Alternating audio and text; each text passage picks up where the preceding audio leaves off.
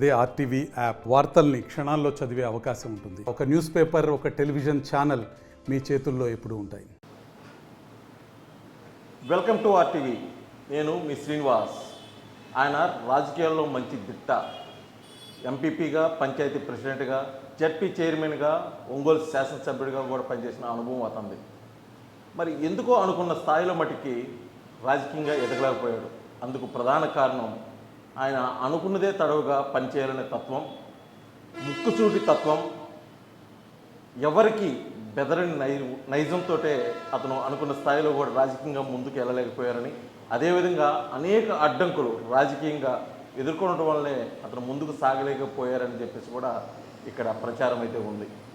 ఇన్ని సమస్యల మధ్య కూడా కేవలం నందమూరి తారక రామారావు మీద అభిమానంతో ఎన్టీఆర్ కళా పరిషత్ ద్వారా నాటక రంగాన్ని విస్తృత స్థాయిలో ప్రచారం చేస్తూ, అదేవిధంగా నాటక రంగం అభివృద్ధి కోసం కూడా ఎంతో కృషి చేశాడు.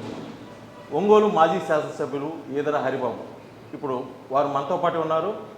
ఇప్పుడు జనసేన నుంచి బరిలో ఉండబోతున్న అతను ఇప్పుడున్న పరిస్థితులు, రాజకీయ పరిస్థితులు, గతంలోని రాజకీయ పరిస్థితులు, అసలు 2024 ఎన్నికలు ఏ విధంగా ఉండబోతున్నాయో వారి మాటలోనే అడిగి తెలుసుకున్నాం. నమస్తే. సుమారు 30 సంవత్సరాలకు పైగా రాజకీయ అనుభవం ఉన్న మీరు వివిధ హోదాల్లో పంచాయతీ ప్రెసిడెంట్గా, ఎంపీపీగా, జడ్పీ చైర్మన్గా, మాజీ శాసనసభ్యులు హోదాలో కూడా పనిచేసి మీకున్న అనుభవం బట్టి ఒక రాజకీయంగా ఒక మంచి స్థాయిలో ఉండలేకపోయటానికి గల ప్రధాన కారణం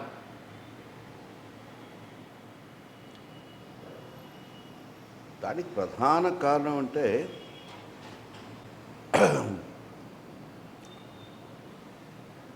వ్యవస్థలో చాలా మార్పులు వచ్చింది. డబ్బు ప్రభావం బాగా పెరిగింది. నాయకత్వ లక్షణాలతో సంబంధం లేదు. ఎన్ఆర్ఐల్ని దిగుమతి చేసుకోవటం, లేకపోతే ఎవరైతే కోటీశ్వరులు, వ్యాపారస్తులు, రాజకీయ రంగం మొత్తం కంప్లీట్గా డబ్బుమైంది. ఇక రాజకీయ రంగమే కాదు, మరి కారణాలు ఏమన్నా కానీ ఒక రకంగా ప్రజలకి ఒక రకమైన మానసిక జబ్బు చేసిందేమని చెప్పి అనిపిస్తూ ఉంటున్నాం. మానసిక పేదరికం ఎక్కువ, మన తెలుగు జాతికి మానసిక పేదరికం వచ్చింది. మనం ఈ ఓట్లు కొనటం అమ్మటం అనేది బాగా పెరిగింది. దాంట్లో ఉన్నవాళ్ళు లేనివాళ్ళని కూడా కాదు, అసలు ఓట్లు అమ్ముకోవాల్సిన పరిస్థితి లేని, పేదరికం లేని వాళ్ళు కూడా ఈ ఓట్లు అమ్ముకోవటం, కొనుగోలు చేయటం అనేది అలవాటు అయిపోయింది. అందరికీ తెలుసు, న్యాయస్థానాల్లో జడ్జిలకి తెలుసు, ఎలక్షన్ కమిషనర్కి తెలుసు, రాజకీయ రంగంలో ప్రతి ఒక్కరికి తెలుసు, జనానికి తెలుసు, ప్రతి ఒక్కరికి తెలిసి జనమే వాళ్ళని అమ్ముకుంటున్నారు, రాజకీయ రంగమే కొనుగోలు చేస్తున్నారు. ఈ క్రమంలో మేము ఎవరైతే ఉన్నామో ఎన్టీఆర్ టైం నుంచి వచ్చిన వాళ్ళని కొన్ని వాల్యూస్ కట్టుబడి రాజకీయ రంగంలో ఉన్నాం మేమంతా కూడా. కరప్షన్ అనేది ఎందుకో, ఈ అవినీతి అనేది మాకు ఒక రకమైన యాహభావం ఏర్పడుతూ ఉంటుంది మాకు దాన్ని చూసి. అసలు మొట్టమొదటి నుంచి కూడా రాజకీయ రంగంలో పదవుల ద్వారా ₹1 సంపాదించడం అంటే చాలా నీచమైన పనిగా చూసే అలవాటు మాకు.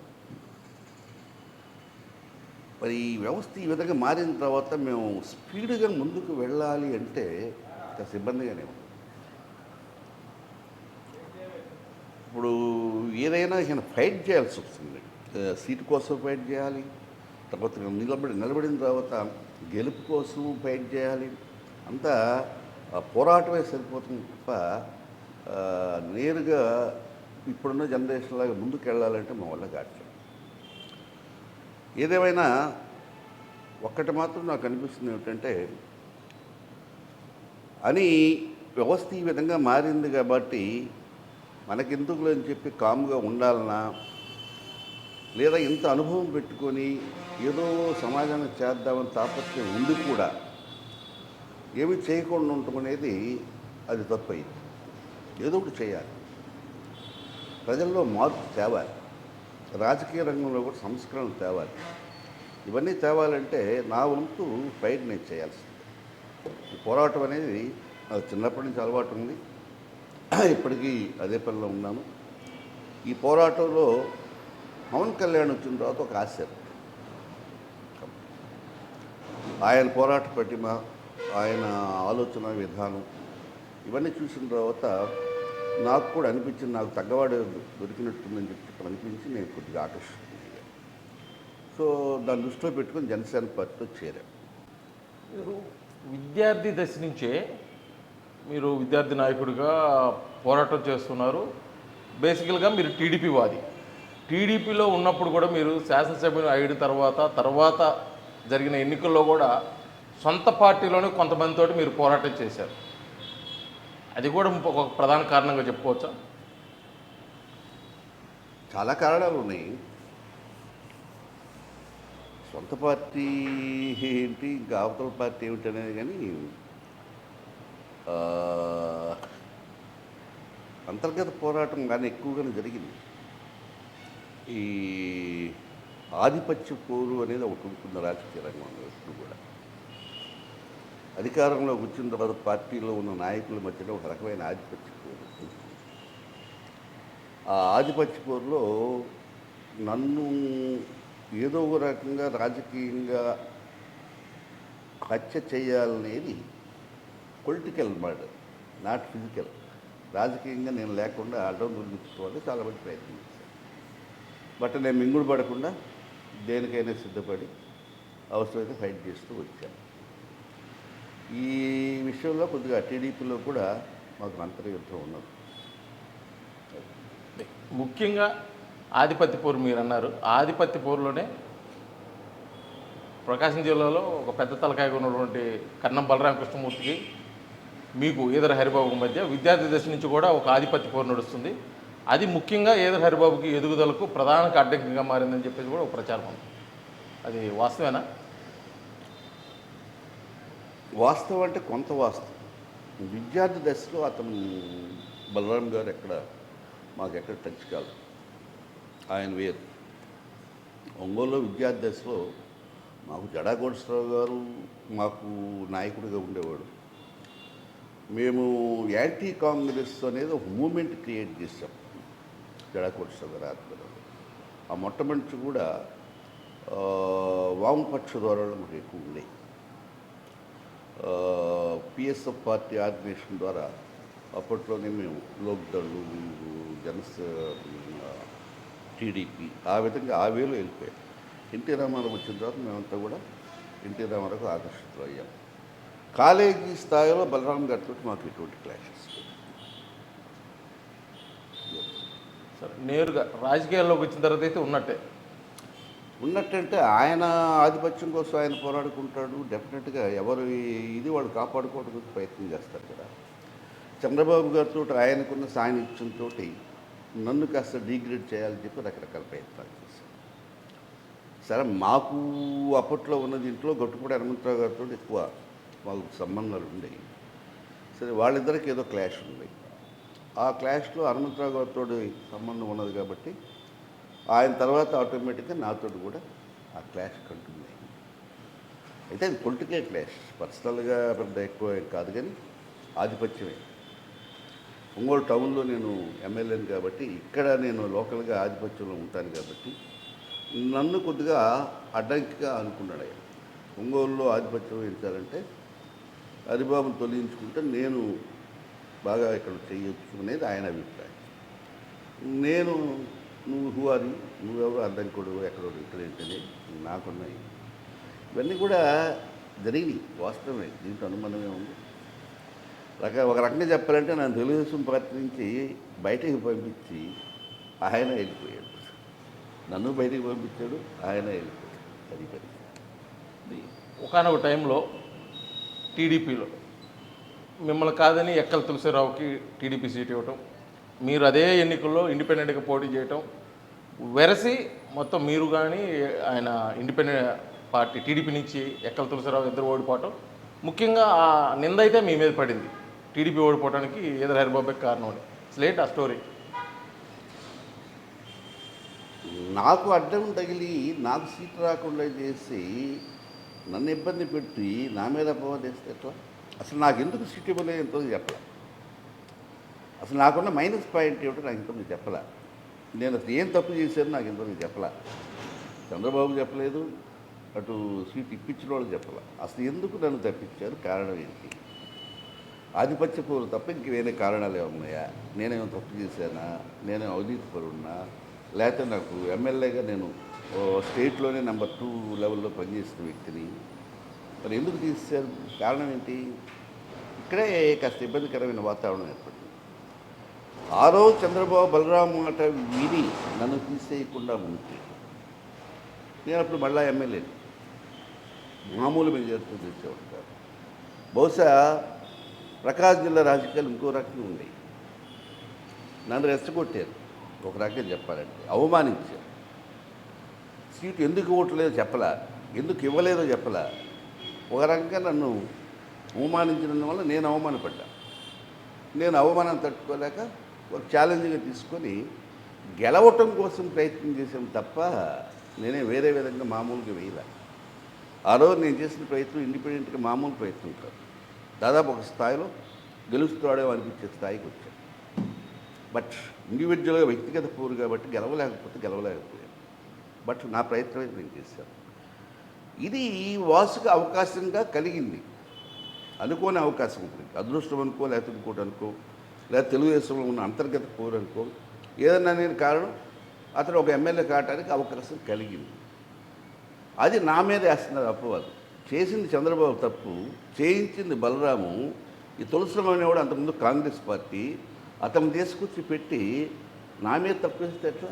మీరు తప్పు చేసి ఇదే అంతర్గత పోరు, ఆధిపత్య పోరు 2014 జడ్పీ చైర్మన్ ఎన్నికల వరకు కూడా జరిగింది. మిమ్మల్ని జడ్పీ చైర్మన్ కాకుండా దానికోసం విశ్వ ప్రయత్నాలు అయితే జరిగాయి అన్నారు. ఆ టైంలో వైసీపీ వాళ్ళు సపోర్ట్ చేయటం, మీరు చైర్మన్ అవ్వటం కూడా జరిగింది. ఆ స్టోరీ ఏంటి?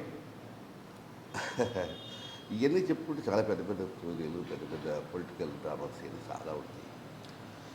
చెప్పాను కదా. ఇప్పుడు ఆ రోజు ఒక రకంగా చెప్పాలంటే 2011లో అనుకుంటారు బై ఎలక్షన్ ఏదో వస్తే జనార్దన్ని ఎమ్మెల్యే క్యాండిడేట్ పెట్టడం కోసం సరోవర్ హోటల్లో చంద్రబాబు గారు నన్ను పిలిపించి,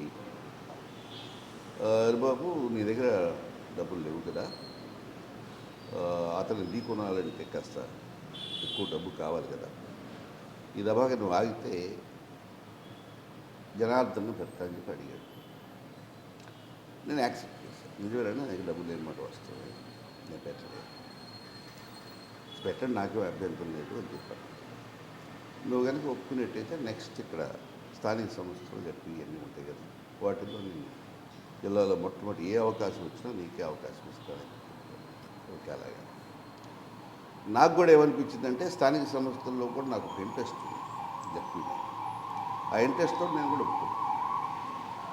ఎమ్మెల్యే పోస్ట్ అనేది నాకు తెలిసి అక్కడ ఏదో పీపుల్స్ రిప్రజెంటేటివ్ పోవడం తప్ప అడ్మినిస్ట్రేషన్ కెపాసిటీ ఉన్నది కదా. It's representative. అక్కడ పోయి కూర్చోవటం, సంతకాలు పెట్టడం, రావడం తప్ప అక్కడ చేసేదంతా కూడా చంద్రబాబు చేయాలి, లేకపోతే మినిస్టర్ చేయాలి తప్ప ఎమ్మెల్యేలు అంటే నామినేట్. సో ఇదైతే అడ్మినిస్ట్రేటివ్ పోస్ట్ కాబట్టి బాగుంటుంది, జనాలకి అది చేయొచ్చు అని చెప్పి నేను అనుకున్నాను, ఒప్పుకున్నాను. తీరా ఎలక్షన్స్ వచ్చినాయి, నేను చంద్రబాబుని కలిసాను. ఓకే, గో హెడ్, నువ్వు పోటీ చేయి, నువ్వే చైర్మన్ అని చెప్పి అన్నాడు. సరే నేను వచ్చాను, పోటీ చేశాను, అంతా అయిపోయింది. సరే చైర్మన్ ఎలక్షన్ వచ్చే నాటికి ముగ్గురు తగ్గారు మాకు. సరే ఆ ప్రయత్నమే చేసుకుంటూ ఉన్నాము నాకు తెలిసిన వాళ్ళ ద్వారా.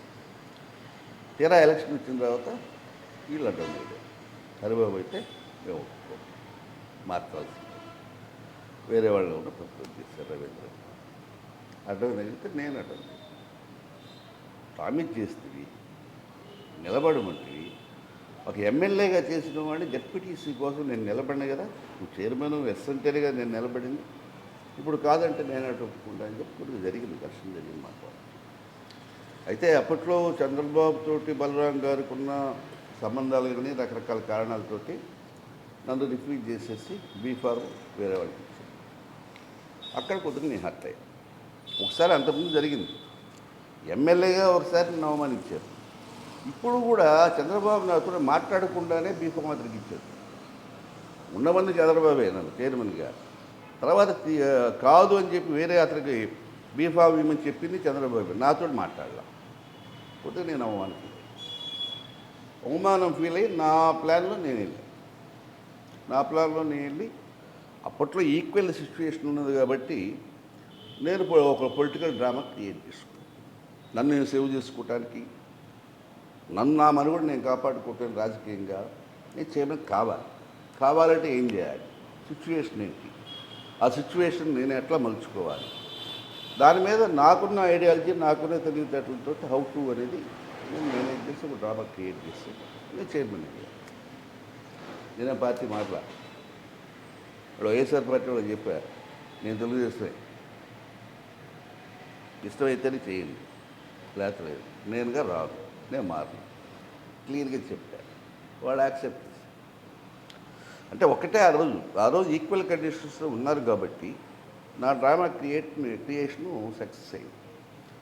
కాంగ్రెస్ వాళ్ళకి నేను చెప్పింది ఏంటంటే, వైఎస్ఆర్ పార్టీ వాళ్ళకి ఓడిపోతారా ఓడిస్తారా, మీరు ఓడిపోయేట్టయితే నాతో పని లేదు, వాళ్ళు ఓడిద్దామనుకుంటే నాకు చేయండి అంటే వాళ్ళ చివరికి అప్పుడున్న పరిస్థితుల్లో సరే ఓడిపోయే బదులు ఓడించడం బెటర్ కదని చెప్పి నన్ను సమర్థించడం రెడీ అయ్యారు.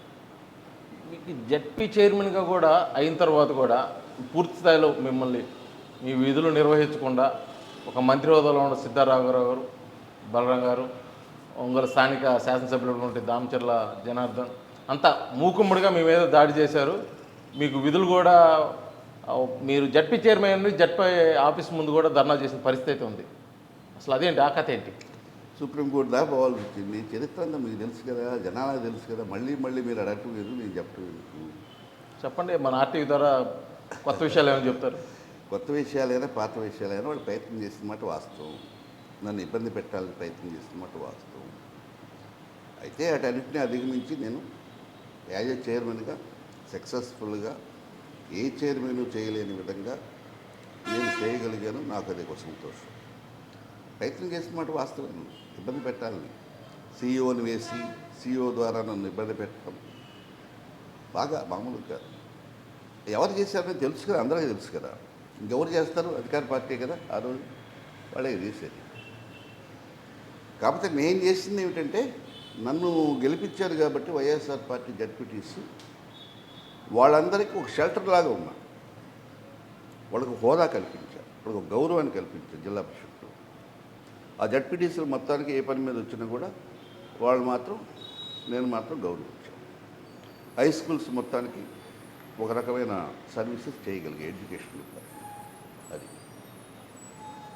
ఇప్పుడు 2024 ఎన్నికల విషయానికి వస్తే మీరు ఫస్ట్ టీడీపీ, తర్వాత కాంగ్రెస్, మళ్ళీ టీడీపీ, బీజేపీ, ఇప్పుడు చివరిగా జనసేన నుంచి ఈదర హరిబాబు ఏ నియోజకవర్గం నుంచి పోటీలో ఉండిపోతున్నాడు? అసలు పోటీ ఉందా లేదా? అంటే రాజకీయ రంగంలో ఉన్నాం కాబట్టి డెఫినెట్గా నాకున్న అనుభవాలు, నా అవసరం ఏదో సమాజానికి ఉందని చెప్పి నేను అనుకుంటున్నాను. ముఖ్యంగా ఇప్పుడున్న రాజకీయ పరిస్థితుల్లో నేను యాక్టివ్గా ఉండాలి, యాక్టివ్గా ఉండి ఇంకొకసారి ఒంగోలు ప్రజలకు సర్వీస్ చేయాలనేది నా మనసులో ఉంది. దాని మీదనే నేను ప్రయత్నంలో ఉన్నాను. సో దాని మీద ప్రయత్నంలో నేను ఒంగోలు సిటీ అడుగుతున్నాను. జనసేన ఒంగోలు నాకు అవకాశం కల్పిస్తే నేను గెలిచి వస్తాను 100%. నాకున్న ప్రజలతో నాకున్న సంబంధాలు కానీ ఇవన్నీ కూడా ఖాయంగా నేను గెలవటానికి ఉపయోగపడతాయి. నేను గెలుస్తాను, అవకాశం ఇవ్వమని చెప్పి అడుగుతున్నాను. ఒకవేళ గతం పునరావృతం అయ్యే అవకాశం, ఎందుకంటే గతంలో టీడీపీ ఇస్తామని చెప్పి లాస్ట్ మినిట్లో ఇవ్వకపోవటం, మళ్ళీ జడ్పీ చైర్మన్కి పదవి ఇస్తామని చెప్పేసి చివరిలో వచ్చటం, అది మళ్ళీ జనసేనలో మరి ఒకసారి ఏమైనా పునరావృతం అయ్యే అవకాశం ఉందా? అయితే ఈదర హరిబాబు స్టాండు ఏ విధంగా ఉండబోతుంది? అర్థం లేని ప్రశ్న వేస్తున్నారు.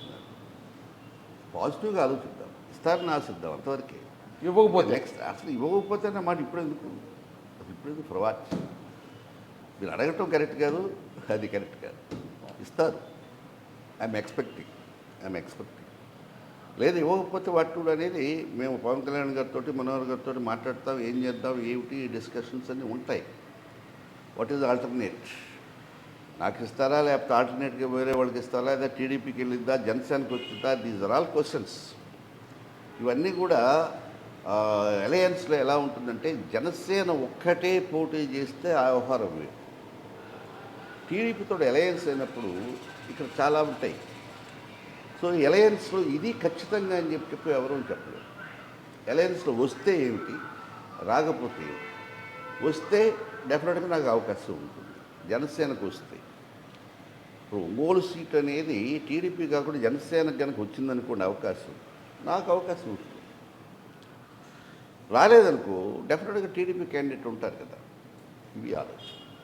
ఇప్పుడు ఒంగోలు ప్రకాశం జిల్లా ప్రజలు ఓటర్స్కి లేకపోతే ఈదర హరిబాబు అభిమానులకి ఒకటే ప్రశ్న. గతంలో ఈదర హరిబాబుని ఇబ్బందులు పెట్టిన ఒక వ్యక్తికి ఒంగోలు నియోజకవర్గంలో పోటీలో ఉంటే అతనికి ఈదర హరిబాబు సహకరిస్తాడా? ఎందుకంటే మొదటి నుంచి కూడా వ్యక్తిత్వాన్ని చంపుకునే వ్యక్తి ఈదర హరిబాబు కాదు కాబట్టి ఇటువంటి టఫ్ కండిషన్లో ఏ విధంగా ముందుకు పోతారనేది ఒక పెద్ద ప్రశ్న. మేము ఎక్స్పెక్ట్ చేస్తున్నాము జనసేనకే టికెట్ వస్తుందని చెప్పేసి ద్రావిడ మీదనే నమ్మకం మీద ఉన్నాం మేము. సో ఇంకా ఆల్టర్నేట్ క్వశ్చన్ అనేది మీరు చెప్పడం నేను దాని గురించి ఆన్సర్ చేయటం అనేది కరెక్ట్ కాదు. ఎప్పుడైనా 100% జనసేనకి ఒంగోలు టికెట్ వస్తుంది. ఎందుకంటే ఒంగోలులో జనసేన బలం ఎక్కువ ఉన్నది కాబట్టి ఖాయంగా మాకే వస్తుందని చెప్పి ఎక్స్పెక్ట్ చేస్తున్నాం. నాట్ 100%. మేము అడిగాం, ఒంగోలు కూడా అడిగాం జనసేన వస్తుందని చెప్పి అనుకుంటున్నాం. ప్రజెంటు జనసేన టీడీపీ పొత్తులతో వెళ్తుంది. పొత్తుల్లో భాగంగా 28, 30, 35 సీట్లు అని చెప్పేసి ఏదో ఒక డిస్కషన్ అయితే నడుస్తుంది. అందులో మహా అయితే ప్రకాశం జిల్లాకి 1, 2 జనసేన సీట్లు వచ్చే అవకాశం ఉంది. అది చీరాల, దర్శి అని చెప్పేసి అయితే ప్రకటన అయితే రాలేదు, కానీ అది ఆల్మోస్ట్ ఖరారైంది. ఇటువంటి నేపథ్యంలో మీరు ఒంగోలు నుంచి ఎక్స్పెక్ట్ చేస్తున్నారు. ఎట్ ది సేమ్ టైం జిల్లా అధ్యక్షుడు ఉన్న రియాజ్ కూడా నేను ఒంగోలు నుంచి బరిలో ఉంటానని చెప్పేసి కూడా అతను కూడా ఉన్నారు. ఇంత కన్ఫ్యూజన్ మధ్య ఈదర హరిబాబు ఏ విధంగా ముందుకు వెళ్తాడు అనేది పెద్ద ప్రశ్న. ఆ ప్రశ్నకి ఏంటంటే నేరుగా సమాధానం మీరు చెబుతారని చెప్పేసి మేము అనుకుంటున్నాం. ప్రశ్నకు సమాధానం మాటల్లో ఇవన్నీ కావు, పనులు చేతల్లోనే ఉంటాయి. నా ప్రయత్నం చేస్తాను, అవుతుంది అనుకుంటున్నాను. నేను ఇప్పుడు ముందు లీక్ ఎందుకు చేయడం, నేను ఈ ద్వారా ముందు ఎందుకు లీక్ చేస్తానండి నా ప్రయత్నాన్ని. డెఫినెట్గా అయికని అనుకుంటున్నాను. లేదు మా రియాజ్కి ఇచ్చినా ఓకే, నాకేం అభ్యంతరం లేదు. జనసేన పార్టీకి అంటూ రావాలనే కానీ రియాజ్కి ఇచ్చినా నేనైనా ఎవరైనా మేము బ్రహ్మాండం సార్. సూటిగా ఒక ప్రశ్న సార్, మీరు అంతా నిజమే చెబుతారని మేము నమ్ముతున్నాం. ఒంగోలు మీరు అనుకున్నట్టు జనసేన కాకుండా టీడీపీకి ఇచ్చి దామచర్ల జనార్దన్ బరిలో ఉంటే ఈదర హరిబాబు సపోర్ట్ చేస్తాడా పార్టీకి నిబంధనలకి కట్టుబడి? లేకపోతే వ్యక్తిగతంగా అతను మనసు చంపుకునే వ్యక్తి కాదు కాబట్టి సపోర్ట్ చేయడా?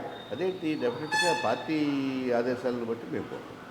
అది మనం పార్టీ ఆదేశాలను బట్టి మేము గతంలో అన్నీ మర్చిపోయి పార్టీ గెలుపు కోసం అయితే ఆ వ్యక్తిని గురించి మాట్లాడము, ఆ వ్యక్తిని గురించి ఆలోచించి పార్టీ ఆదేశాలే మేము అక్కడ జనార్దన ఎల్లయ్యప్పలే తీసేది. టీడీపీ క్యాండిడేట్ అంతే, టీడీపీ క్యాండిడేట్ జనసేన సపోర్ట్ చేస్తుంది అంతే. ఏమన్నా స్వతహాగా ఎన్టీఆర్ అభిమాని మీరు గత కొన్ని సంవత్సరాలుగా ఎన్టీఆర్ కళా పరిషత్ పేరుతోటి ఒక నాటక రంగాన్ని ప్రోత్సహిస్తూ ఉన్నారు. అది కొంతకాలంగా బ్రేక్ పడింది. కారణం ఏంటి? కారణం అందరికీ తెలిసి జనాలందరికీ కూడా ఈ గవర్నమెంట్ పర్మిషన్ ఇవ్వాలి.